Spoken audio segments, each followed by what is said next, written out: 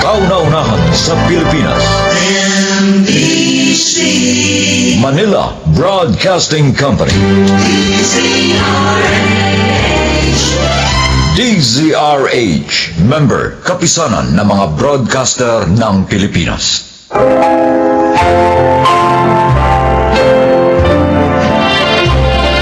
Magandang araw po mga kaibigan.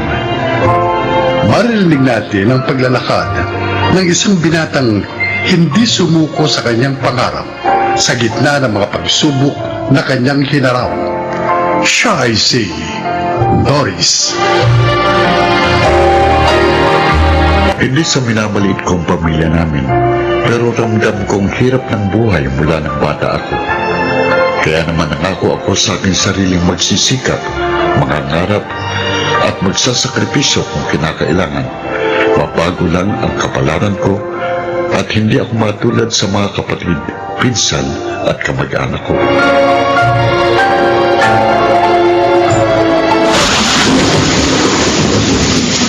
Pabagsak na ulan. Mabuti pa tumakbo na ako. Wala nang dalang payong. Baka mabasa ang mga lipo ko. Doris! Doris! Si Aling Maring, bakit po? Umarinig ka muna! Ano po yun? Hoy, sabihan mo nga yung nanay mo, yung utang niya sa akin, bayaran niya na, ha? Sus Mariusip, magdadalawang buwan na yun, ha? Grabe naman kayo! Ang kukunat niyo namang singilin! Kahapon, tinatawag ko, hindi man lang lumingon. Kapag mangungutang, dito sa akin pumupunta. Kapag pinautang ko na, sa ibang tindahan na bumibili kasi ayaw masingil. Aba, hindi na nahiya! Pasensya na po kayo. Walang-wala po talaga kasi kami ngayon dahil may sakit si tatay. Ganon? Ay, wala akong pakialam. Ang utang ay utang. Kung hindi kaya magbayad, edi huwag ka mo siya mangutang, Gwiset! Bumuhos ng ulan. Oh, ano bang ginagawa mo rito? Sige na, sige na. Umuwi ka na nang masabihan mong nanay mo. Kailangan ko ang bayad niya ngayong araw mismo. Kung hindi, ipapabarangay ko na siya. Umuulan po kasi hindi ako pwedeng sumugod eh. Edi lumusong ka sa ulan. Huwag kang tumapay dito sa tindahan ko. Mamalasin ako sa'yo.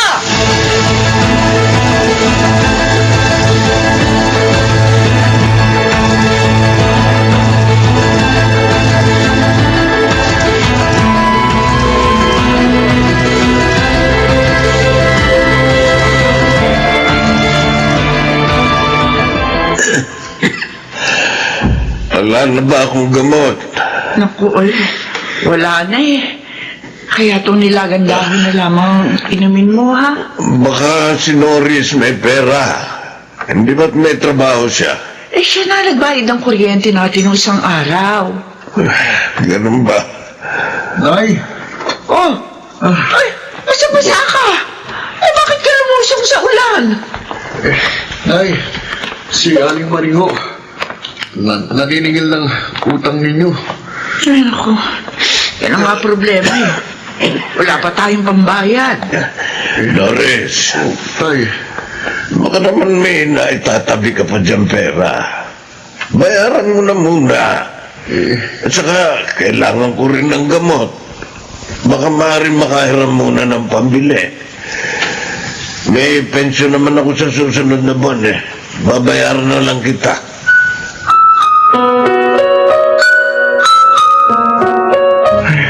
Pagtuisin ko sana ito sa susunod na buwan. Kaya lang, sige na nga. Ipababayad ko muna ng utang ni nanay. Susweldo naman ako sa susunod na linggo eh. Itipirin ko na lang para mabayaran ko ang tuition ko. Tapos, maghahanap pa ako ng isa pang part-time job. Nay! Oh, teka. Tulungan mo naman Si Ate Rona yun ah. Bakit kaya? Lalabas ako. Ano ba kasi nangyari, ha? Ate, ano yan? Kasi nagluluto ako. Oh. Hindi ko napansin. Gumapang na pala siya sa mesa. Ayun, nahulog. Si- Sabi ng doktor, kailangan siyang ma-CT scan. Ha? Ano naman ang itutulong ko sa'yo eh? Wala rin kami. Kahit konti lang, Nay.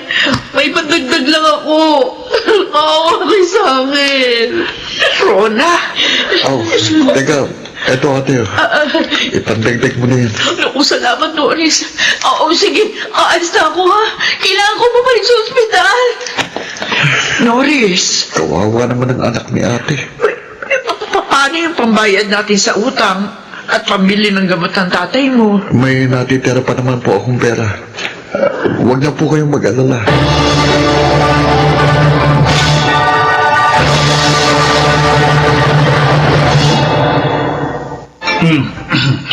Tagay pa, tay. Magkano na panalunan mo sa pusta? Ay, medyo malaki-laki rin. Ay, manok ko dyan. Ilaban mo na rin sa susunod. Ayun na nga itatanong ko sa inyo eh. Kasi, inaalagaan nyo, hindi nyo naman inilalaban. Panay ang atake ng ubo ko nito mga nakaraang araw eh. Oh, si Norris. Oh. Hoy, Norris! Oh, kuya. Liga! Samahan mo kami ni tatay. Tumagay ka muna. Nanalo ako sa sabong. Ako, hindi naman ako umiinom. Ako talagang hina mo namang nilalang eh. Saka, bakit ba naka-uniforme ka? Huwag mong sabihin nag-aaral ka pa rin sa koleyo hanggang ngayon. Second college pa lang ako.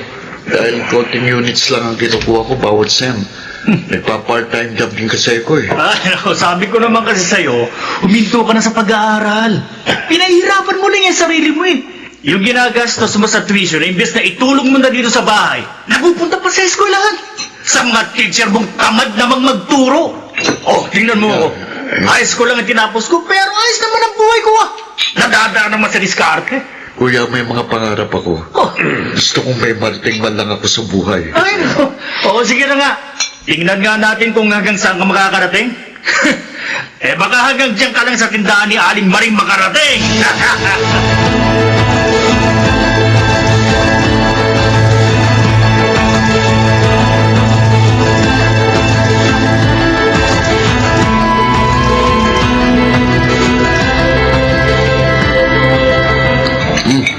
Oh, boy. Bilis mong kumain. Dahan-dahan na subo mo. Baka mabulunan ka. Late na ako kasi ako sa klase, Nay. Norris, Tayo, bakit po? palagay ko tama ang kuya Mio mo. Saan po? Mas mainam na huminto ka na lang sa pag-aaral at maghanap ng trabaho. Ay, Yung oras mo sa pag-aaral, itrabaho mo na lang nang kumita ka ng mas malaki. Wala ka namang mapapala dyan eh. Tay, humingi ba ako sa inyo ng panggastos ko sa koleyo? Kahit pa masaya, sarili ko namang perang ginagastos ko, di ba? Dala-dalawa na nga pong part-time job ko para lang makatulong dito sa bahay at mapaaral kong sarili ko. Ayun na nga. Lalo ka lang nahihirapan. Kaya kong tiisin ang hirap na ito, pero hindi ko kayang maging mahirap habang buhay. Pansamantala lang naman itong ganitong hirap. Pero kapag natupad ko mga pangarap ko, naniniwala akong kahit papano, makakaranas tayo ng ginhawa. Tay, pangarap, ambisyon, yun ang wala sa atin. Kaya nasanay tayo sa ganitong buhay. Kung hindi nyo man ako nasusuportahan sa pinansyal na pangangailangan ko, sana kahit moral support lang. O sana kahit papano, mangarap man lang kayo para sa akin. Kasi ako, nangangarap ako hindi lang para sa sarili ko, kundi para sa ating lahat.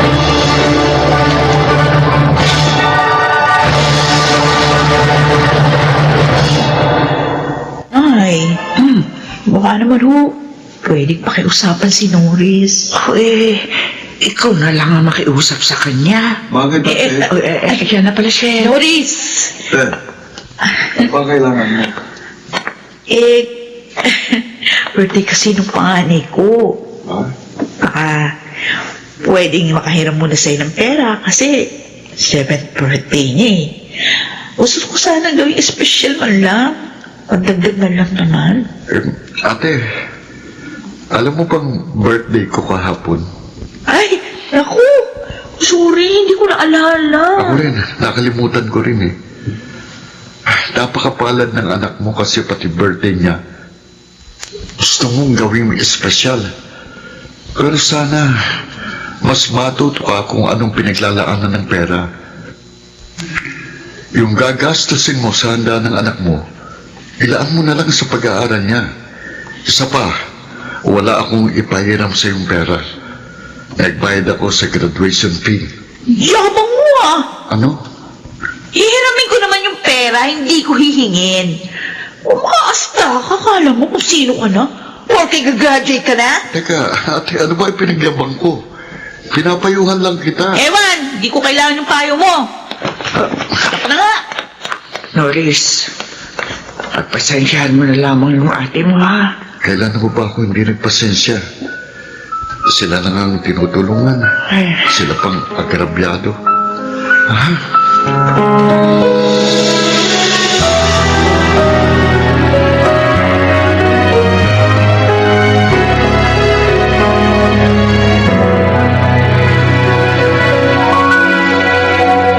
Uy!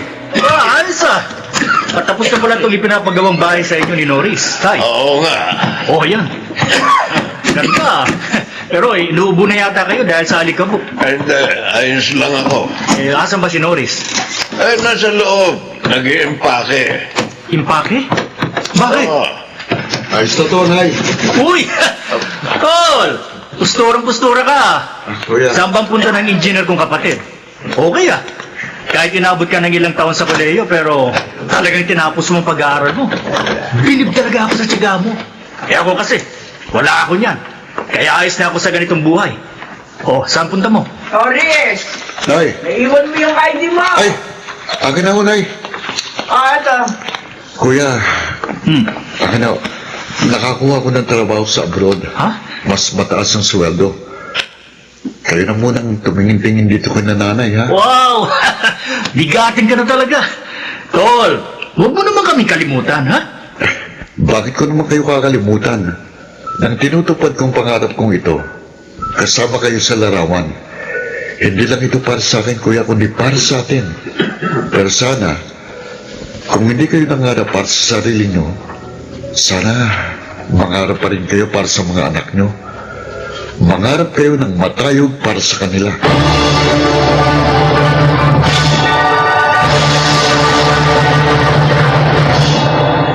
Ang ating mga pangarap ay parang mapa na nagbibigay sa atin ng direksyon papunta sa isang tiyak na destinasyon. Sa mga kagaya kong lumaki sa mahirap na pamilya, huwag kayong mawala ng pag-asa. Magtyaga at magsakripisyo kayo, higit sa lahat, mangarap at sikaping matupad ang pangarap na yon. Walang imposible sa taong naniniwala. Ako po si Norris at ito ang aking buhay. A person without a vision perish. Gaya ng sinabi ni Norris, ang ating mga ambisyon at pangarap sa buhay ay nagsisilbing tanglaw sa ating tinatahak na daan. Nagsiganap, Susan Robles, Yurel Benamin, Rosana Villegas, Maynard Landicho, Jenaline de la Cruz at Phil Cruz sa papel na Norris. Naglapat ng angkop na tunog Jerry Mutiao, sa musika Buboy Salonga, supervisyong teknikal Eric Lucero at Bong Villar, creative consultant Phil Cruz, production assistant Anching Cruz. Ito'y mula sa panulat ni Rita Lamanon, sa direksyon Jude Martin Ligaspi at Maynard Landicho Jr. Ito ang aking buhay.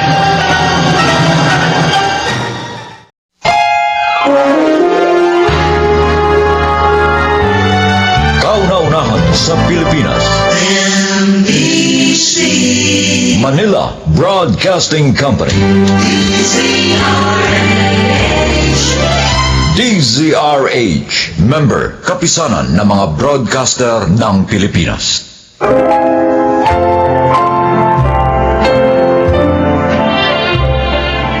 Mga kaibigan, narito ang kasaysayan ng isang lalaking pinalo ng kapalaran.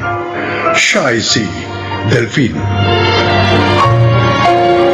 Sinasabi na ang mga lalaki ang haligi ng tahanan. Pero iba sa amin ni Nelia. Dahil bukod sa pagiging ilaw niya ng tahanan, siya rin ang sinandigan ng aming mga anak.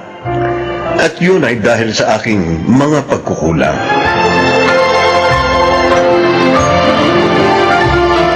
Ay, salamat. Natapos din ang trabaho na rin sa buong linggo. Healthy. Tama ka, Rufo. O, sumahod na rin tayo. Kaya oras na para mag-relax naman. Kaso, may problema ako Di yata ako makakasama sa tropa natin ngayon. O, bakit naman? Kasi nagbayad ako sa mga utang ko dito. Babayaran din akong utang namin ni Mrs. Ba't kasi hinahayaan mong hingang ka ng hinga ng asawa mo? Hindi, tignan mo ko. Walang pakialam si Nelia sa kita ko. Hindi niya ako magawang hingan dahil bubugbugin ko siya. Mabait kasi ang asawa mo. Hindi katulad ng Mrs. ko. Saksakan ng bungangera. Saka skandalosa pa. Lumalaban sa akin Pero gusto mo sumama sa inuman ngayon? Oo naman. Siyempre. O sige, sumama ka na. Ako na ang bahala sa ambag mo. Talaga? Oo. Ayos pare, salamat. Iba ka talaga. Ang bait mong kaibigan.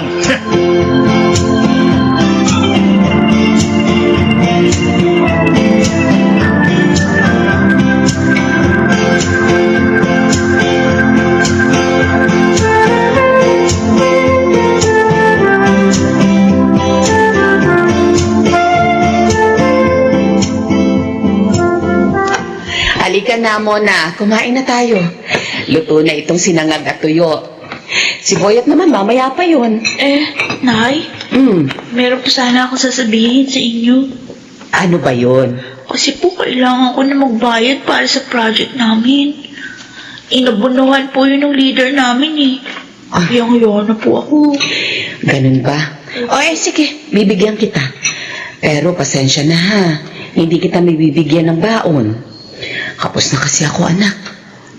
Alam mo naman, walang ibinibigay na pera sa akin ng tatay nyo. Okay lang po. Madalas naman wala akong baon Basta ang mahalaga, makapagbayad po ako. May binili nga pala akong ilang perasong pandesal. Baonin nyo ni Boyet sa school. Magdala na rin kayo ng tubig para kahit wala kayong pera, hindi kayo magugutom doon. Di po ba? Sweldo ni Itay kagabi. Oo, pero alam mo naman yun, laging inuuna ang inuman kaysa sa atin. Ay, wag na nga natin siyang pag-usapan. Ay, sige na, kain na. Para hindi kayo malate sa eskwela. Napakahalaga ng edukasyon, anak. Kaya sana, kahit naghihirap tayo, huwag mong pababayaan ang iyong pag-aaral.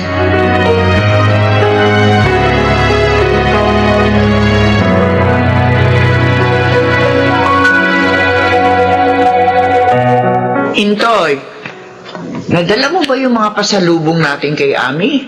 Opo. Nay. Tignan niyo pa parating, Ang pamangkin mo si Mona, ang panganay ni Delphine. Mona.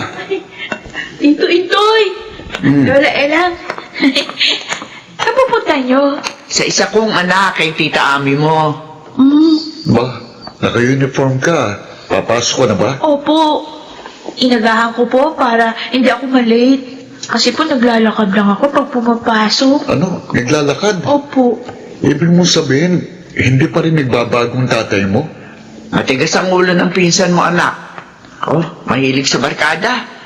Ang barkada ang binubusog niya pag may pera siya. Kawawa naman itong mga pamangkin ko. Sumabay ka na sa amin, Mona. Idadaan ka na namin sa school. Ay, salamat po, Tito Intoy. At saka ito, kunin mo rin ito. 1K po ito, Tito. Para sa inyo yan ni Boyet. Gamitin nyo sa mga pangailangan niyo sa school.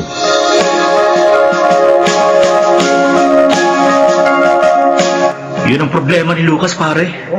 Nadugutan daw siya kahapon. Kaya wala siyang pantoma ngayon.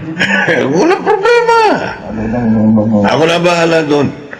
Pati pamasahin nyo, papunta kina Emong, sagot ko na rin. Talaga, pare? Oo. Tropa ko yata kayo. Pare, sana pairamin mo na rin ako ng konting pera. Para naman may pampasalubong ako kay Commander. Para hindi magbunga nga kahit lasing akong umuwi. Okay, sige. Ayos ka talaga, pare.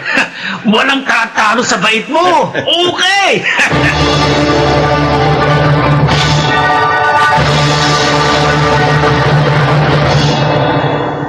Mona, O, binigyan ka kamo ng 1,000 ni Intoy nung makalawa? opo. Sabi niya, gamitin daw namin ni Boyet sa school. Tama-tama. Wala na akong pera eh. Akin na yung 1,000. Oh? Huwag mong pakialaman ng pera ng mga bata, Delphine. Nelia, ubus na ang pera ko. Kaya kailangan ko yun. Inubos mo sa barkada mong pera mo. Eh, di manghiram ka sa kanila. Ibabalik ko rin sa sweldo. May lakad ako mamaya. Dapat may dala akong pera. Sina? Muna, kunin mo yung pera. Oo. Huwag. Huwag kang sumunod sa kanya. Lumabas ka na, Mona. Sige na. Sige po, inay. Bakit mo pinalabas si Mona? Kinakalaban mo ba ako? Ha, Nelia? Kilala mo ako, Delphine. Lahat ng pagpapasensya ginagawa ko. Tiniis ko ang bisyo mo. Kinaya ko. Pati ang obligasyon mo sa ating pamilya. Isa lang ang pinakikiusap ko. Huwag mong sasaktan ng mga anak natin, ni huwag mong gagalawin ang para sa kanila. Magsalita ka parang kaya mo na ako, ah. Lalabang ba sa akin? Ha? Ha? Para sa mga anak ko, handa akong manindigan. Makikipagpatayan ako kung kinakailangan.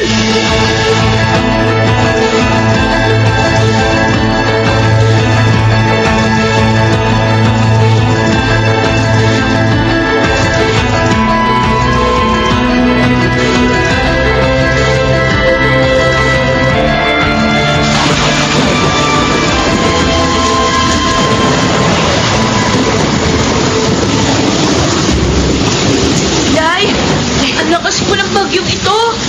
Baka bumaha na naman po dito sa atin. Ay, hindi naman tayo makakaiwas sa mga ganitong pangyayari. Mona. Habang nandito tayo sa lugar na to nakatira. Kasi naman si Itay, ayaw kayo tulungan. Kaya tuloy hirap na tayo. Hindi pa rin ako nagsasawa sa paglapit sa Diyos. Na sana'y Loobin niyang magbago na ang tatay ko. Mabuti pa anak. Tulungan niyo ako ng kapatid ko. Iayos na natin ang mga gamit dito sa bahay. Opo. Para hindi mabasa ng baha. Maghanda na rin tayo para sa paglikas kung kinakailangan.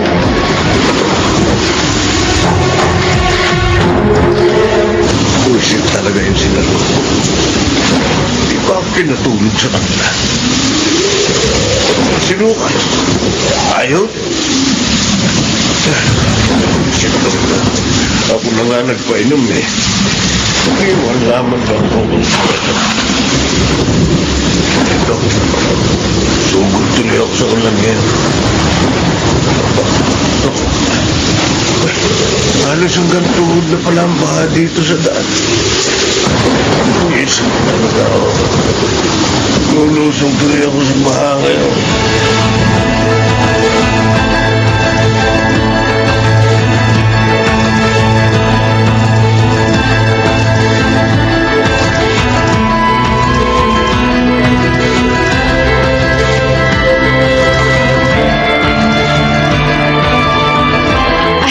Maraming salamat po sa dala niyong mga dilat at bigas, Chang Elyang. O kumusta naman ang magaling kong pamangkin, ha? Ayun ho, 3 araw nang hindi po napasok sa trabaho niya. Bakit? Oo, sabing inalis na siya doon. Ay, hindi naman ho. 3 araw na kasi siyang may lagnat. Masakit din ang katawan niya. Baka nagkatrangkaso, kaya ganon. Yung nga din ho ang iniisip ko. Sumugod ho kasi siya sa malakas na ulan at baha nung 1 linggo. Painumin mo na lamang ng gamot sa trangkaso. Pinapainom ko naman ho. Ewan ko ba, nagtataka nga ho ako kasi parang hindi tumatalab sa kanya ang gamot. Ano? Tao yun naman kasi, oo. Pabaya sa sarili. Napapansin ko rin ho parang naninilaw ang balat niya. Nelia, Ay, tulungan mo ako. si Delphine. Oh, si Alvin. Tulungan niyo ako. Ang sakit ng katawan ko. Ha? Hinihilaw pa ako. Nelia, tatawagan ko si Intoy. Dadali natin sa ospital ang pamangkin ko. Kailangan malaman natin kung anong sakit niya.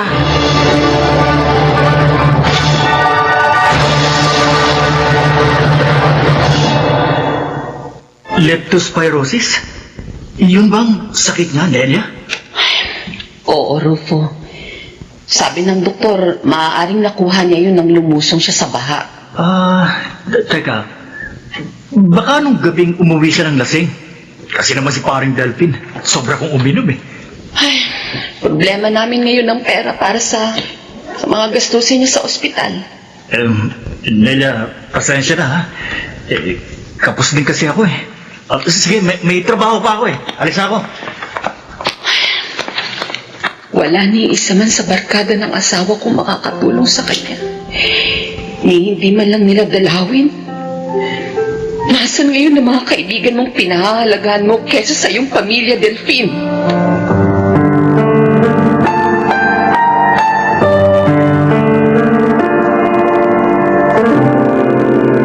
Delphine, ay bisita ka. Bisita? Sinong... Kami, Pinsang Delphine. Uy, Entoy. Tiyangin lang. O ano? Kumusta ka na, pamangkin? Sorry, Ho Chang. Hindi ko pinakinggan ang mga pangaral niyo sa akin. Siguro, paano ito sa akin ang kapalaran? Dahil sa mga pagkakamali ko. Huwag ka nang umiyak, Pinsan. May pagkakataon pa naman para magbago ka. Oo nga. Tama si Chang. Tutulungan ka naming lahat. Salamat, Nelia. Salamat sa inyo lahat. Ipinangangako ko sa inyo, iiwan ko na ang barkada.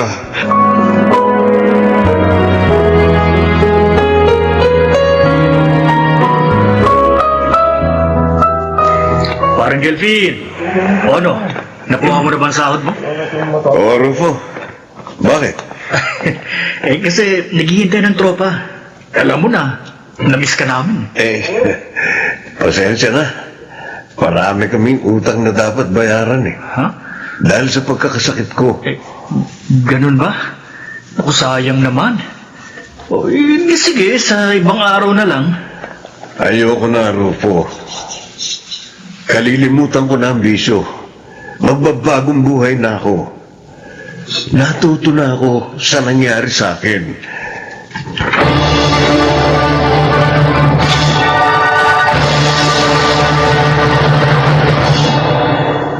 Dalawang taon na ang nakalilipas mula nang maganap sa akin ang pangyayaring yun. Mas maayos na ngayon ang aming kalagayan.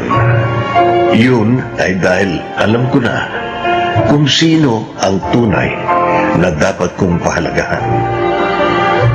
Salamat na lamang hindi sumuko sa akin ang aking asawa.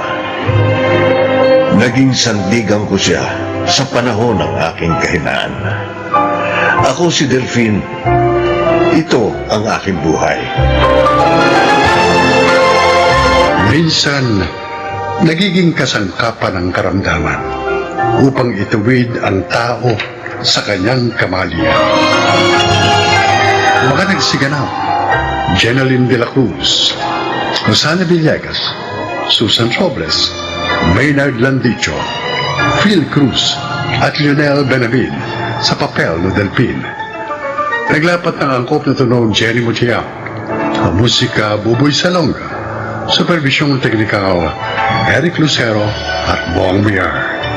Creative Consultant Phil Cruz, Production Assistant Anching Cruz. Ito'y mula sa panulat ni Elma Corporal Alcantara.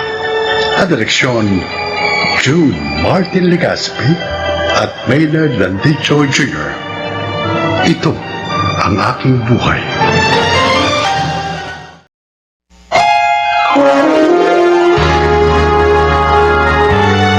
Kauna-unahan sa Pilipinas. Manila Broadcasting Company. DZRH. Member, kapisanan ng mga broadcaster ng Pilipinas.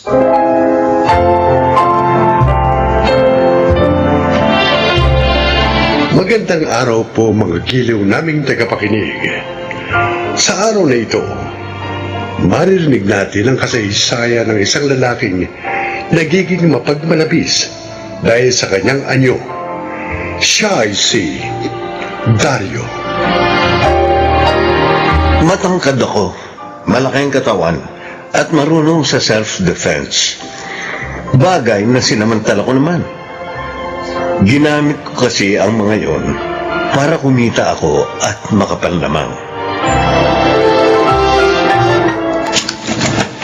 Oh, ano yung mga dala mo, Dario? Mga pagkain. Ha? Malaki na ako sa terminal ng mga tricycle. Kaya bumili na ako ng pananghalian natin. Ayos mo na yung mga yan. Sige na. Naku. Imelda. Ang hihi ka na naman pala sa mga tricycle driver. O ano naman. 3 piso lang naman ang hinihingi ko sa bawat isa sa kanila. Oo nga, pero araw-araw naman. Hindi ka na nagtrabaho. Inasa mo na sa bigay nila ikinabubuhay natin. Aba naging tamad ka na. Sinasamantala mo na porkit takot sila sa iyo. Handa naman akong tulungan sila sa oras ng mapasubo sila sa gulo. Dahil nga marunong silang makisama sa akin. Ay, hindi pa rin tama yun. Ay, hindi mo naman trabaho proteksyonan sila. Dapat nagbabalat ka ng buto para sa amin ang anak natin. Tulad ng ginagawa ko. Oo, nananahi ako para mabuhay tayo. Ang dami mo naman daldal. Ah, Mag-aing ka na. Mag-aing ka ba o gagawin na lang namin pulutan ni Nito yung mga ulam na to?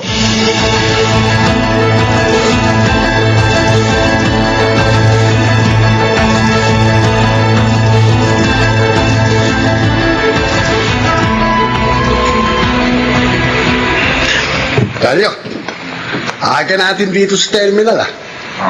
Ayos na rin to. Para maaga tayo makatapos mangolekta. Sa bagay. Para maaga tayo makatoma. Tama. Kaya lang, baka tumanggi yung iba eh. Kasi masyadong maaga yung paghingi natin. Hindi yan.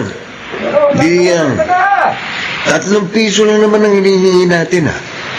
Kesa naman sa matikman nila ang suntok ko, di ba? Ha? Talagang iba ka, Dario. Talaga? At alam mo ba, meron na rin akong panggulpi-digurat ngayon. Binigyan na isang tropa ko. Oh? Ano yung panggulpi-digulat mo? Baril. Oh? Ano pa? Talaga? Ha? Ay, siya. Pero teka, ingat ka, ha? Oh? Mahirap mahulihan yan. Kung walang lisensya. Pre, hindi ako tanga para magpahuli. Gagamitin ko lang yun para mas maging malakas ang dating ko dito sa lugar natin. Wow! Oh. Bakit napawa ka dyan? Tingnan mo yung duman. Yung nakapula. Oh, si Nemia. Ganda niya. Ganda niya talaga. Walang sinabi si Melda ko sa kanya. Maganda talaga yan. Kahit may asawa na, sexy pa rin. Makinis. Alam mo, matagal nang tumutulo laway ko sa kanya. Pre, pareho na kayo may asawa, no? Kaya nga naiinis ako eh. Dahil lang makita ko siya, kasal na ako kay Melda. At siya naman, sa pangit na si Ruben lang napunta.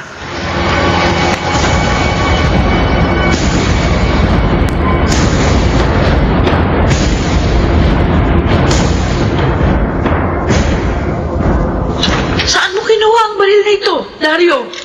Ha? Ba't mo pinakialaman yan? Kaya pala nang tignan ko, wala sa tagoong ko. Saan mo nga Kinuha mo? kinuha? Delikado to, no? Pwede ka makulong. Akin na nga yan. Ano? Mga tanga lang at bobo na ako kulong dahil dito. Oo naman, pinanenervyos mo ako sa ginagawa mo eh. Hindi mo naman kailangan yan. Gaga, kailangan ko ito. Tulad ngayon, tuturuan namin ng leksyon ang kaaway ni Boying. Ano? Yung isa namin tropa ni Nito. Wag, naku. Huwag mong dalhin yan. Baka makabaril ka. Mamaya makulong ka. Tumahimik ka nga. Dapat na matakot sa akin ang mga taga rito. Hindi nila kami dapat kinokontra ng tropa ko. Pero Dario, ano Pag ba? hindi ka umalis sa daraanan ko, ikaw ang pupukpukin ko nitong baril.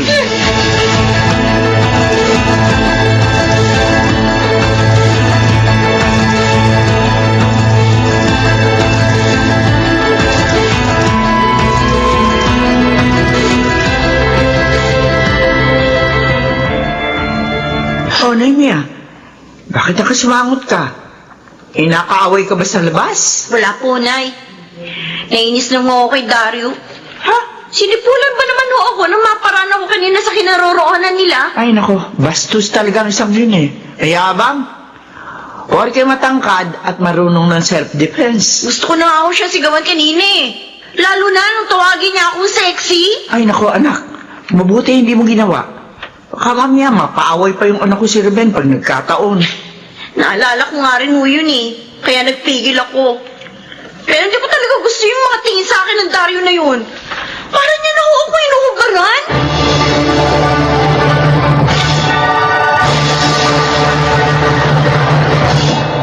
Masaya ka ba sa date natin, mahal? Oo, mahal. Salamat ha. Oo, bakit ka naman nagpapasalamat? Kasi kahit mag-asawa na tayo, hindi ka pa rin nagbabago. Dinidate mo pa rin ako. Patunay lang yan na mahal kita. Ikaw talaga? Halika na ha, sumakay na tayo ng tricycle. Baka abutan pa tayo ng ulan dito. Sige. Magandang hapon. Mia, Ruben. Ang buwisit na si Dario. Oh, ikaw pala, Dario. Magandang hapon din. Sasakay na ba kayo? Oo, pauwi na kami. Sandali. Ikukuha ko kayo ng magandang tricycle. Kumusta, Nemia? Mabuti naman. Saan kayo galing? Dinate ko si Mrs. Wow, Ruben. Swerte mo naman. Ba, syempre. Kahit hindi ka gwapo, napakaganda ng kadate mo. Grabe to, oh. Sana all, may napakagandang kadate.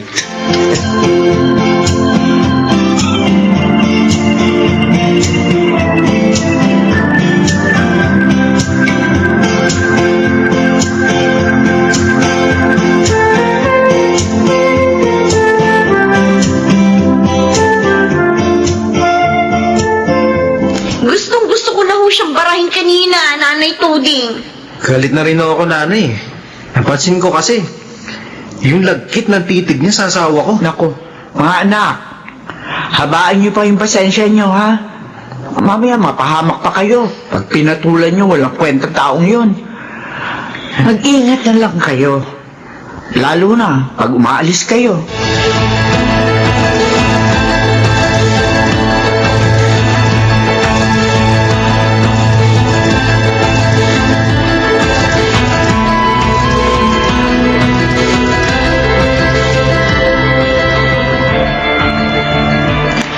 Halalim na ang gabi, Dario. Ba't hindi ka pa matulog? Iyan mo nga ako. Di pa ako inaantok. Sige na, pumasok ka na sa kwarto. Iisip ko lang naman, baka may problema ka eh. Baka meron ako may tulong. Alam mo, makakatulong ka nga. Paano? Kung maghihiwalay tayo, Ano? sawan-sawa na ako sa bunganga mo. Dario, Sige na, pumasok ka na sa kwarto, buisit! oo na! Hindi mawala sa isip kong sinabi ni Ruben kaninang nakita ko siya sa terminal. Sabi niya, panggabi siya ngayon sa trabaho niya. Pagkakataon ko ito, papasukin ko si Nemia. Hindi naman nakasama sa bahay si Aling Tuding eh. Kaya mag-isa lang siya doon ngayon. Tama. Papasukin ko siya. Hindi na ako talaga mapakali. Kailangan maging akin siya.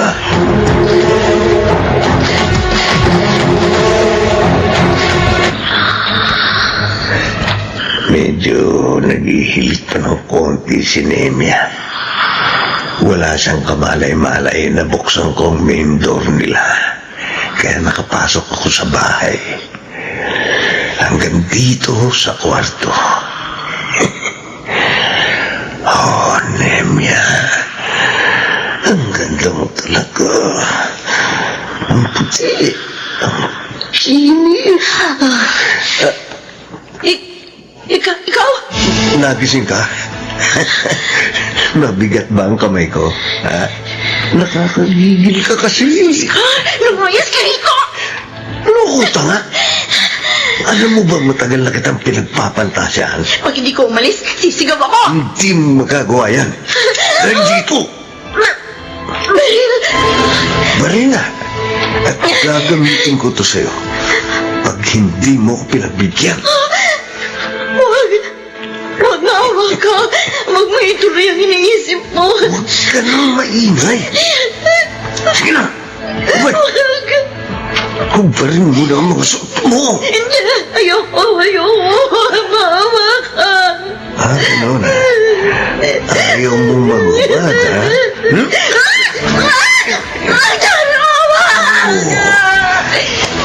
Ang ganda mo talaga. Lalo ako nanggigigil sa'yo. Layuan mo ang asawa ko! Walang niya ka. Sinuntok mo ako. Ben, mabuti dumating ka. Lumayas ka sa pamamahay namin, hayop ka! Lumayas pala, ha?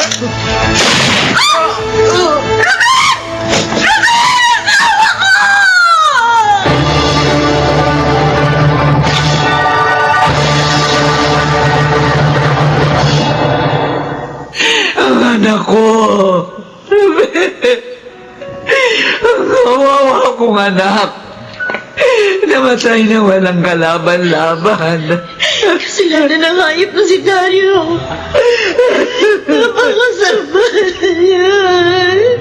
Lemia. Ay, Tudi. Ikaw, bakit ka pa na pa rito?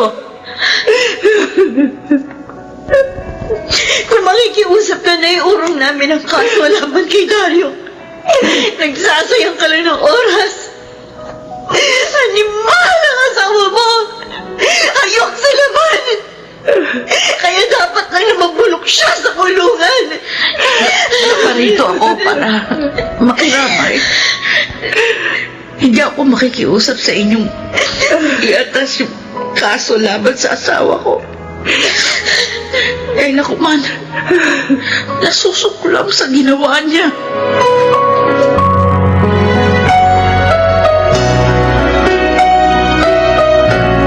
Nitoy, buti dinalaw mo ako dito. Hindi pa nagpupunta rito si Imelda, eh. Galing nga ako sa inyo, pre. Nakakausap ko siya. Ano sabi niya? Kailan siya pupunta rito? Hindi siya pupunta rito. Nasusuklam siya sa iyo, Dario. Ano? Sabi pa niya, harapin mo raw mag-isa mga kasong isinampa sa iyo ni Nemia at Aling Tuding. Hindi. Ayoko makulong. Nitoy, tulungan mo ako. Pakiusap. Pre, wala rin ako magagawa. Ang hirap kasi ng kaso mo. Nakapatay ka. At nagtangka pang manggahasa. Oh, Diyos ko. Paano na ako ngayon? Paano?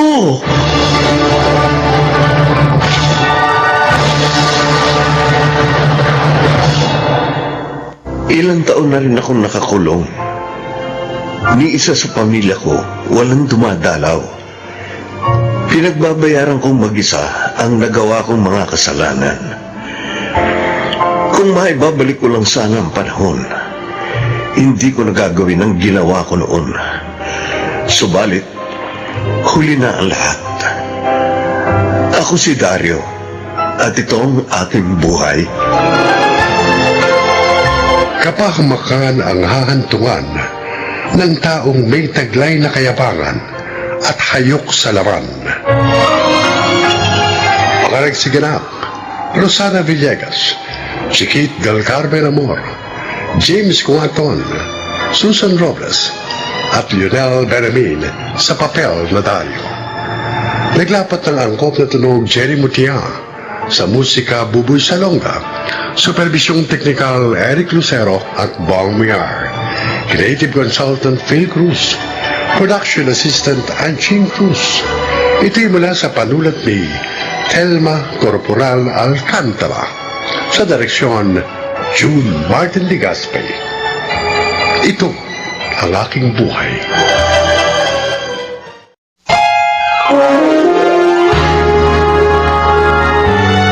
Kauna-unahan sa Pilipinas. Manila Broadcasting Company.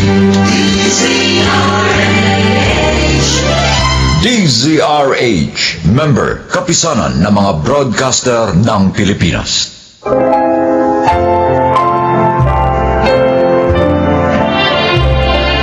Mga kaibigan, sa araw na ito, inyong maririnig ang kwento ng isang anak na bigong makamtan ang paglingap na inaasam sa tunay na mga magulang na nagkanya-kanya ng mga landas. Siya ay si Vina. Bata pa lang ako, dama ko na ang malaking kabiguan sa pagkakaroon ng isang buo at masayang pamilya. Kahit maliliit na bagay pinagtatalunan ni na inay at itay. Hanggang isang umaga, nagising na lang akong nag-iisa sa maliit na kwartong inuupahan namin. Iniwan ako ni na itay at inay. Hindi na ako binalikan. Mabuti na lamang at may mga tao pa rin may malaking pagpapahalaga sa kanilang kapwa. Katulad ni na Tay Piping at Nay Catherine. Vina, Mabuti naman po. At pagkalipas ng walang taon, kilala niyo pa rin ako, Itay. paano mo ako natuntun dito? At anong kailangan mo? Matagal ko na po kayong hinahanap, Tay. Pati na rin po si Inay. Kung pera lang ang kailangan mo, eto. Yan, 100 piso. Umuwi ka na kung saan ka ba nakatira. Hindi po ako namamalimos sa inyo. Nagpunta ako dito para obligahin kayo sa isang dapat magandang kinabukasang ipinagkaitin niyo sa akin, Inay. Para bawiin ang lahat-lahat ng karapatang ipinagdamot ninyo sa akin bilang inyong anak. Pwede ba, Vina? Kung ano man ang pakay mo sa pagpunta mo rito, wala akong maisasagot sa'yo. Buti pa doon ka pumunta sa nanay mo. Mas maraming pera yun kaysa sa akin. Dahil isang buong kantin sa isang public school ang pagmamay-ari nun.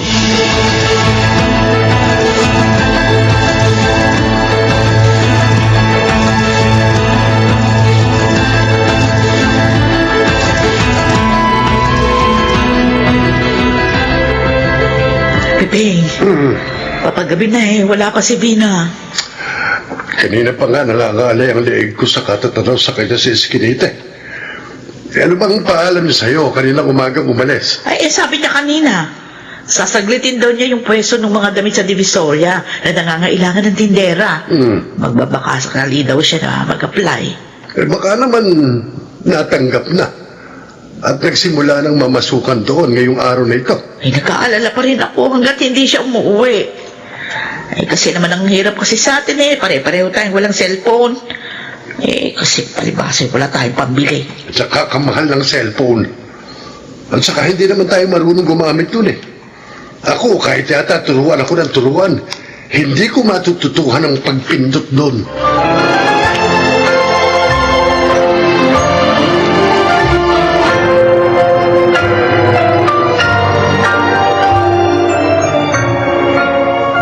Bakit ako itinuro sa'yo ng tatay mo? Siyang ama, kaya siya ang dapat na may pananagutan sa'yo. Nay, gusto ko lang naman po mag-college. Kaya nga po sinikap ko maidao sa pag-aaral ko sa senior high school. Dahil gusto ko makatapos ng kahit anong kurso sa kolehiyo. Yung makakapagtrabaho kaagad ako. Aba, hindi kita pa pwede pag-aralin, Bina. Mahigpit sa pera yung asawa ko. Kahit nga piso, hindi ko pwedeng galawin sa kita ng kantina ito Kaya sige na, malis ka na. At huwag ka nang babalik dito. Huwag mo nang guluhin ang buhay ko.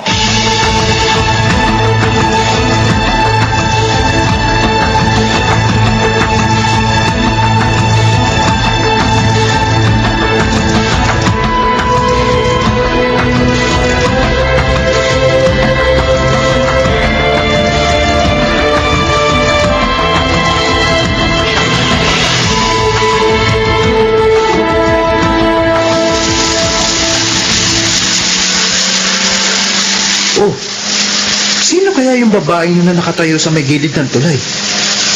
Teka, parang si Vina yun Sadali nga.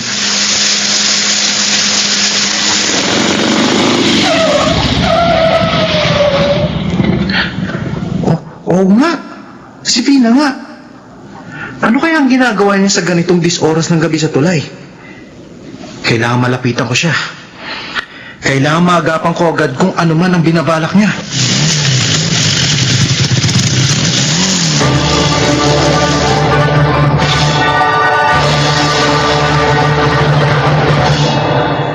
Masyado po kasi ako nasaktan sa mga narinig ko. Malaki na inay at itay. Kaya kung ano-ano na pong naiisip ko. Galing kay kamo, doon sa mga magulang mo. Teka, paano mo sila natunton? Noon po kasing time na naghahanap ako ng mapapasukan trabaho. Oh. Hindi ko rin po akalain makikita ko si Itay sa isang shopping center. May pwesto po siya ng tela doon. Tapos itinuro po niya sa akin yung public school kung saan nandun na yung kantin na pinamamahalaan ni Inay. Baka nabigla lang sila nung makita ka.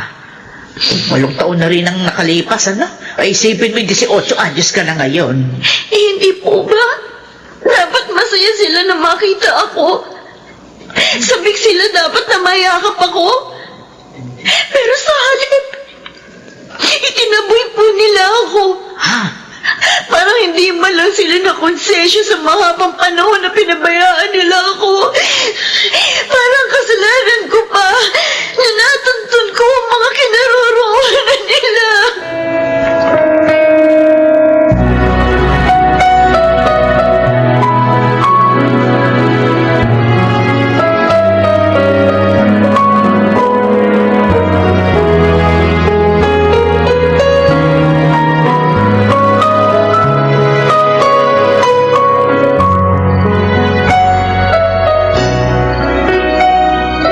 Paano po, Ma'am Piping?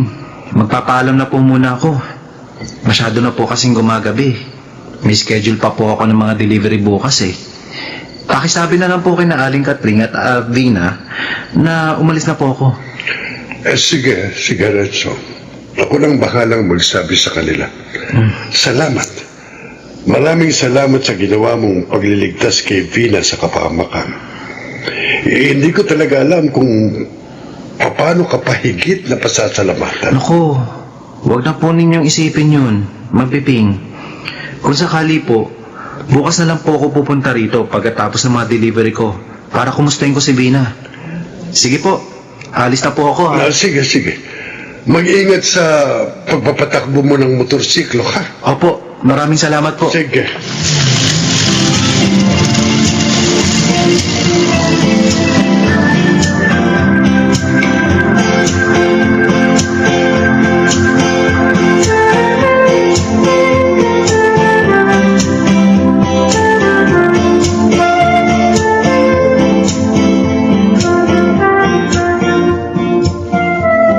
Ramil, kumusta? Lumen? Bakit naman para ka nakakita ng multo pagkakita sa akin? Si Lumin lang ito, yung dati mong asawa na hanggang ngayon, buwisit sa iyo, dahil itinuro mo kay Vina yung eskwela kinapupwestuhan ng kantin ko. Natural. Ikaw ang ina. May tuturo ba akong iba? Wala. Ba't mo nalaman itong pwesto ko? Itinuro din niya sa'yo. Gusto raw niya mag-college. Nang hihingi ng financial support. Huwag mo ako isali sa usapan na yan. 5 yung anak ko na pinag-aaral. Puro nasa private school. Sino ba walang anak na pinag-aaral? Pero ang pinag-uusapan dito, konsensya, Ramil. Kung ikaw wala nang natitira pang konsensya, ako meron pa. Matagal ko nang hindi ginagamit ang konsensya ko, Lumen. At kahit na ano pa ang sabihin mo, hindi ko rin yun gagamitin ngayon.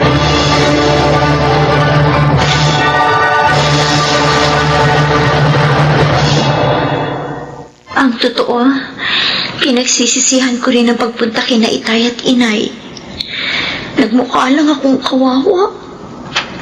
Lalo ko lang napatunayan na talagang wala sila ni katiting na pagtingin at pagmamalasakit sa akin bilang anak nila. Kaya nga nila ako iniwan, di ba? Kailangan ko nang tanggapin ang katotohanan yun. Minsan nga kasi, para makapagpatuloy tayo sa buhay, kailangan natin kalimutan na lang ang mga hinanakit, Vina. Kaya lang naman, gusto ko makapagtapos ng kolehiyo para magkaroon ng matatag na trabahong maaasahan. Para makatulong ako kina Tay Piping at Nay Catring. Malaki ang utang na loob ko sa kanila sa pagpapalaki sa akin. Teka, may iba nga pala ako. Yung inaplayan mo nga palang pwesto ng damit sa Divisoria, kumusta na? Tanggap na ako. Bukas ang simula ng pamamasukan ko dun. Yung mabuti. Sineryoso ko na rin. Pantawid gutom na rin namin tatlo yung sasahurin ko dun. Alam mo, pansamantala lang naman ang mga problemang dumarating sa mga buhay natin, Vina. Baka nga hindi natin alam. Pagdating ng araw, ang mga problemang pang yan ang magpapatatag sa atin.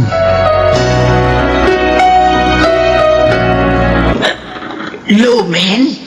Ay, pwede po ba akong tumuloy, Aling Catring? Abi, oo. Oo. Halika.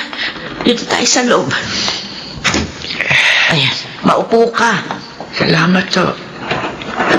Kanina pa po talaga ako nasa labas ng bahay niyo. Hinintay ko lang po makaalis si Vina bago ako nagdesisyon pumunta rito. Alam ko galit pa rin siya sa akin. Dahil sa naging pag-uusap namin nang pumunta siya sa kantin. Unang araw ngayon ang pasok niya sa isang pwesto ng damit sa Divisoria. Hindi na namin napigil ni Pepeng. Talagang gusto niya magtrabaho. Ang sabi pa kapag nakaipon daw siya kahit kaunti, mag-e-enroll siya kahit na kursong vocational lang. Yung magagamit niya yung kanyang mga kakayahan. Catring? Ako pa ngayon ang nakadarama ng inggit sa anak ko. Napakatatag niya sa buhay. Samantalang ako, hanggang ngayon, hindi ko pa rin kayang labanan ng aking mga kahinaan. At ang katotohanan, mahirap magpatuloy sa buhay. Lalo na may mga taong nasasaktan. Ay, alam mo nga hanggang ngayon na.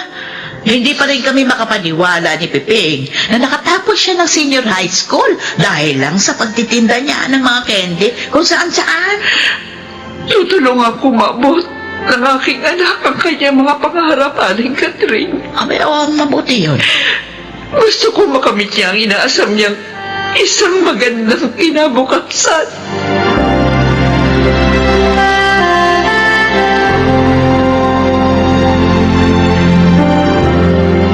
Naduwag ako noon sa mga responsibilidad. Kaya tinakasan ko ang hirap ng buhay na nararanasan namin mag-anak. Mas nagpadala ako sa takot kaysa sa sumubok. Masakit man kasing aminin. May mga pagkakataong pagkaraan pa ng napakarami nating mga pagkakamali. Saka lamang tayo namumulat sa leksyong natutuhan natin mula sa ating mga aksyon, Ramil. Pero hindi po ako nawawalan ng loob na mapatatawad ako ni Vina, Ma'am Piping. Maraming bagay sa pagitan namin ng aking anak ang gusto kong maitama.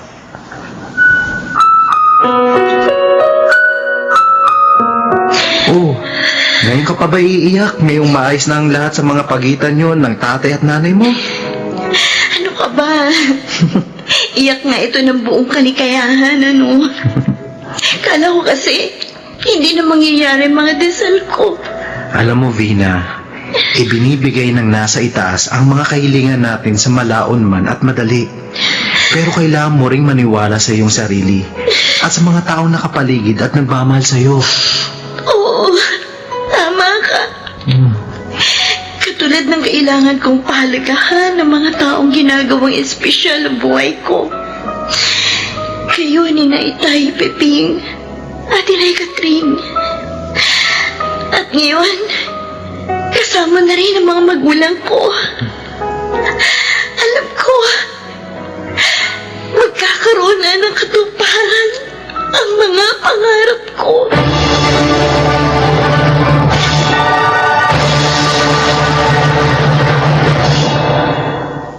Pagkaraan ng masasakit na karanasan sa nakaraan, unti-unti nang nagkakahugis ang aking mga pagsusumikap.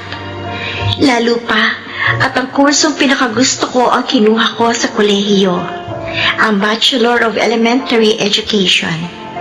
Sa pamamagitan na rin ng financial support na nanggagaling kina itay at inay. Huling semester ko na ngayon sa nasabing kurso. At oo, magkakasama pa rin kami ni Itay Piping at Inay Katring. Tulad ng pangako ko sa kanilang, anuman ang mangyari, hindi ko sila iiwan dahil hindi rin nila ako iniwan noong mga panahong kailangan ko ng mga magulang. Ako si Vina at ito ang aking buhay. Bagamat napakaikli ng buhay upang itama ang mga pagkakamali at punan ang mga pagkukulang, patuloy pa rin ang pag-asam sa katuturan ng mga bagay-bagay at pag-iral ng buhay sa pangkalahatan.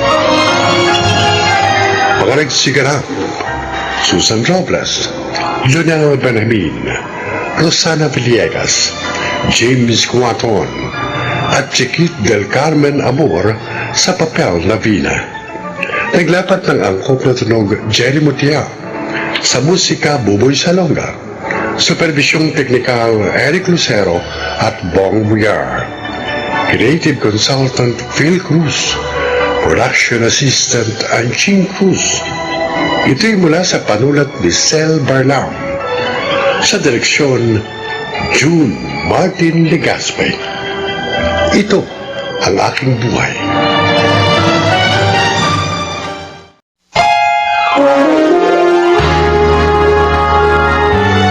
Kauna-unahan sa Pilipinas. Manila Broadcasting Company. DZRH, member, kapisanan ng mga broadcaster ng Pilipinas.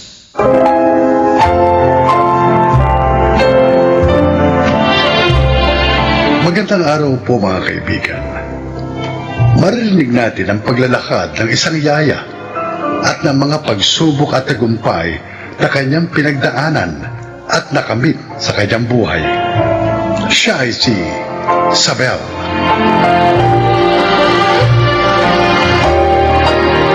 Maaga akong nabiyuda, kaya upang maitaguyod ko ang aming munting pamilya, kinailangan kong magtrabaho. Kinailangan kong magsakripisyo. Mabuhay lamang at mapalaki ng maayos ang aking mga anak.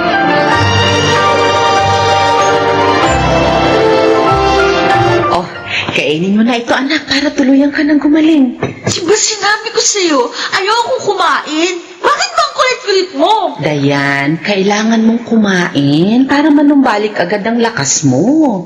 Galing ka sa sakit, kailangan mong bumawi. Aray, O ano? Hindi pa ba ako malakas? Ha? Gusto mo lakas na po pa yung paghataw sa'yo nitong unan? O, ano, isa pa? Ha? ay, tama na. Ano ba yung ginagawa mo, ha? Mami, ang kulit niya kasi. Ayoko kumain, pero pinipilit niya ako. Ay, sige na, Sabel. Ako na bahala dito. Sige po, Maglinis ka ma'am. muna ng banyo doon, ha? Opo, ma'am, opo.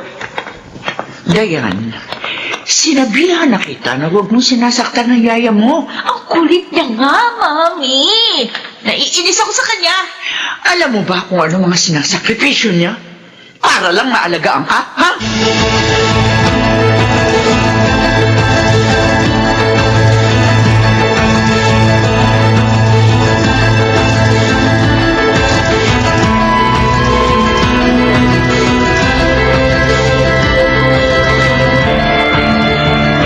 Oh, inumin mo na kasi to. Ano ba yan? Sigurado ko bang gamot yan? Oo, nakikita ko si nanay naglalaga nito eh. Baka lalong sumakit ang tiyan ko dahil dyan, ha, Winmar? Di yan. Wala ka bang tiwala sa akin? Kailan ba kita ipinahamak? Ha? O, sige na nga. Oh, inom na. Okay na. Yan. Oh, ayos. Ang bait. Eh, ganyan Bait talaga naman kapag herbal medicine. Grabe, ayaw mo wala Alam ng mo, kung lasa. hintayin pa natin si nanay, baka kung ano nang mangyari sa'yo. Sigurado gagabihin na naman yun. Nag-aalaga ng ibang bata tapos tayo pinababayaan. Ginagawa naman yun ni nanay para sa atin. Kung hindi siya magtatrabaho, wala tayong kakainin. Pwede naman siya maghanap ng ibang trabaho kung gusto niya eh. Ang sabihin mo, mas gusto niya doon sa malaking bahay. Kasi siguro, nakakain siya ng masasarap na pagkain doon. Wilmar, huwag kang nagsasalta ng ganyan kay inay. Hindi naman siya ganyan tao.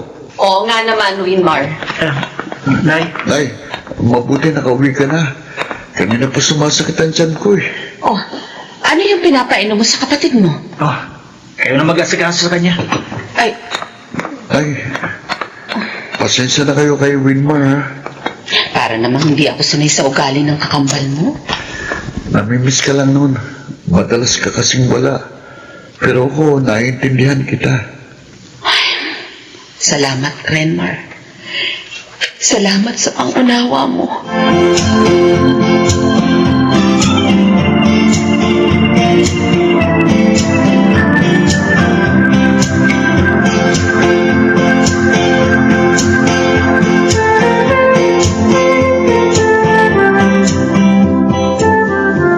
Oh, Winmar, mag-almusal ka muna bago ka pumasok. Huwag na, Nay. Oh, heto. Baon mo. Dinagdagan ko yan. Doon ka na lang sa eskwelahan mag-almusal kung ayaw mo nitong niluto ko.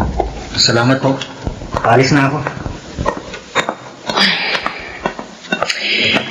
Pasensya na kayo mga anak.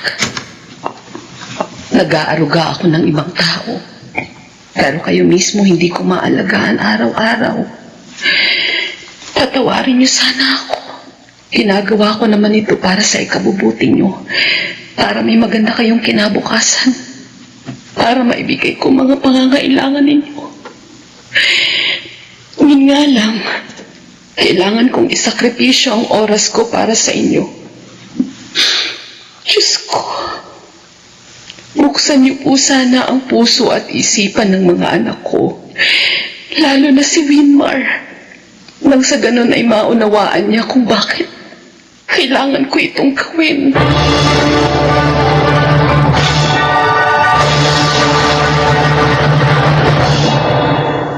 Yaya, ilipat mo ang channel ng TV. Sige. I'm home. Oh, Dad! Good evening, sir. Isabel, kunin mo nga itong mga bag ko. Ay, akin na po. Ang mom mo. Nasa kwarto na si Mommy, Daddy. Teka, ano itong mga papel na to? May project daw po si Dayan, kaya tinutulungan ko siya, sir. Dayan? Yes, Dad. Sige na, Isabel. Ipaghanda mo na lang muna ako ng kape. Sige po. Dayan, Dad. hindi mo tutor si Isabel. Hindi kasama sa trabaho niya ang igawa ka ng assignment o project. Bakit siyang pinagagawa mo nito? I'm so pagod, Daddy. Ayusin mo yan. Bilisan mo. At ayoko nang malaman uli na pinagagawa mo ang yaya mo ng project mo. Naintindihan mo ba?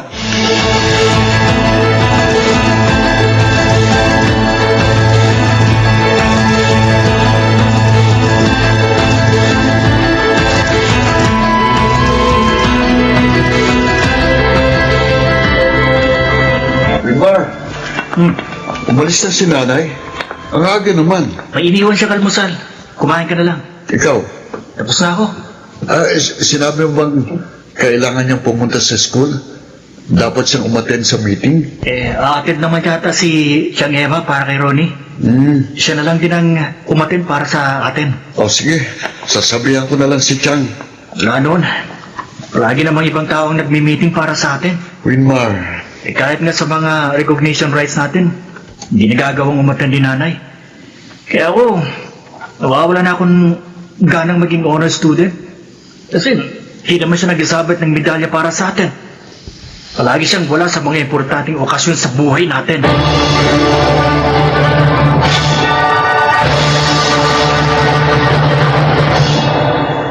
Ipapark ko lang itong kotse. Doon yun ako hintayin sa ground floor. Oo, sige. Oh, Dayan, tayo na. Yes, Mommy. Wait! Yaya, makitali nga ng sintas ng shoes ko. Teka lang, ha? Bilisan mo! Pababa na si Mami sa escalator. Susunod na lang tayo. Ibisan mo sabi! Hoy! Sinong? Si Wenmar? Bakit sinisiba mo na katatanda sa'yo? Ha? Bakit? Anong pakialam mo? At saka wag mo akong sinisigawan, ha? Bakit di mo kilala ang daddy ko? Wala akong pakialam kung sinong tatay mo. Pero wag mo naman minamagtrato ang nanay ko. Ha? Nanay? Wenmar, anak. Tama na yan. Bakit ba narito ka sa mall? Di ba dapat nasa klase Hoy, ka? spoiled brat. Alam mo ba kung anong isinasakripisyo ng nanay ko para lang maalagaan ka? Tapos ito bang ginagawa mo sa kanya? Sinisipa mo? At ano pa? Siguro may iba ka pang ginagawa sa kanya kapag nasa bahay kayo, no? Hoy, Kung dito nga sa public place, sinisipa mo siya. Paano ba kayo sa bahay niyo? Ha? Wenmar, Nay, mag-isip nga kayo. Kami nga ni Renmar ni minsan hindi nagdabog sa harap niyo. Tapos inaalagaan mo tong ganitong klase ng tao. Wenmar, tama na. Sige, subukan mo saktan ulit ang nanay ko. Ako ang makakalaban mo.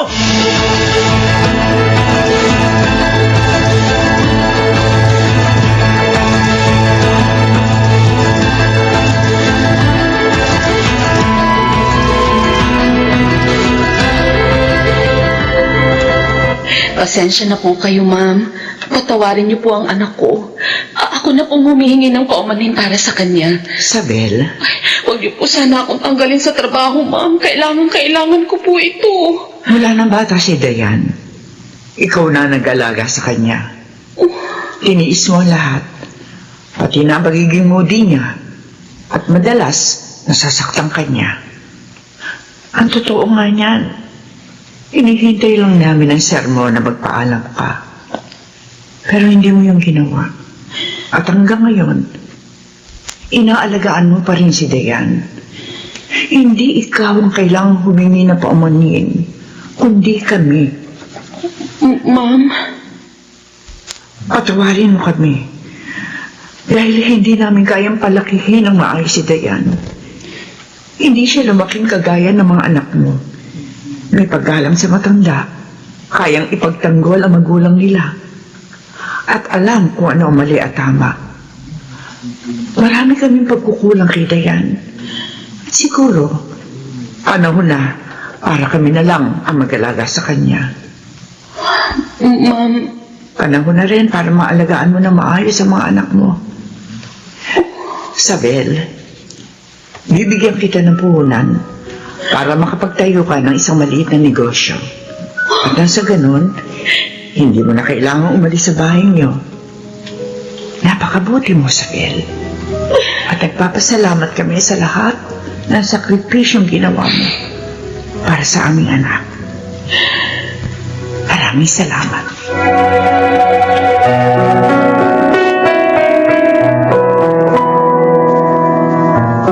Wenmar, bakit naririto ka pa sa labas? Gabi na. Matulog na po kayo, Nay. Anak, salamat. Salamat. Saan? Sa pangunawa mo. Sa pagmamalasakit mo sa akin. Salamat sa pagiging mabuting anak. Kahit napakarami kong pagkukulang sa inyo ni Renmar. Hindi naman ako mabuting anak. Hindi totoo yan. Wala nga akong magawa para makaalis kayo sa trabaho yun eh. Ang totoo, Nay, masama ang loob ko sa sarili ko. Kasi, nagagalit ako sa tuwing wala ka sa mga importanteng okasyon sa buhay namin ni Renma. Pero hindi ko alam na ganun pala kahirap ang pinagdaraanan mo para lang maitaguin kaming dalawa. Wala kang kasalanan doon. Nauunawaan kita. Isa pa, may maganda akong balita sa'yo. Ano po yun? Hindi na ako magtatrabaho bilang yaya. Negosyante na ako ngayon. Huwag niyo po akong binibiro ng ganyan, Nay. Hindi ka naniniwala? O sige, bahala ka. Totoo? Tara na, pumasok ka na at isasara na natin itong pinto at bukas, sabay-sabay tayong mag-aalmusal.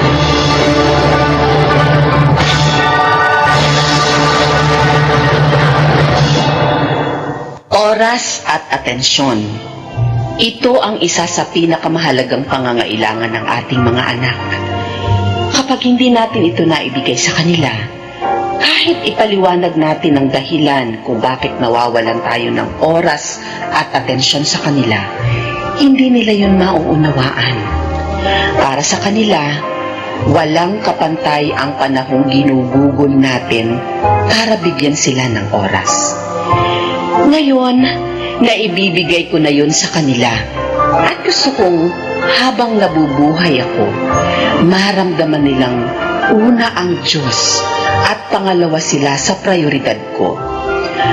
Ako si Isabel at ito ang aking buhay. Iba't ibang uri ng sakripisyo ang ginagawa ng bawat ina at ama para sa kanilang mga anak. Gayunpaman, lahat ng iyon ay may iisang dahilan: pagmamahal. Makaragsiganap, Susan Robles, Gunal Benabin, Maynard Landicho, Phil Cruz, Rosana Villegas, at Jenaline de la Cruz sa papel na Isabel. Naglapat ng angkop na tunog Jerry Mutiang, sa musika Buboy Salonga, supervisyong teknikal Eric Lucero at Juan Buyar, creative consultant Phil Cruz, production assistant Anching Cruz. Ito'y mula sa panulat ni Rita Labanon, sa direksyon June Martin Ligaspi at Maynard Landicho Jr. Ito ang aking buhay.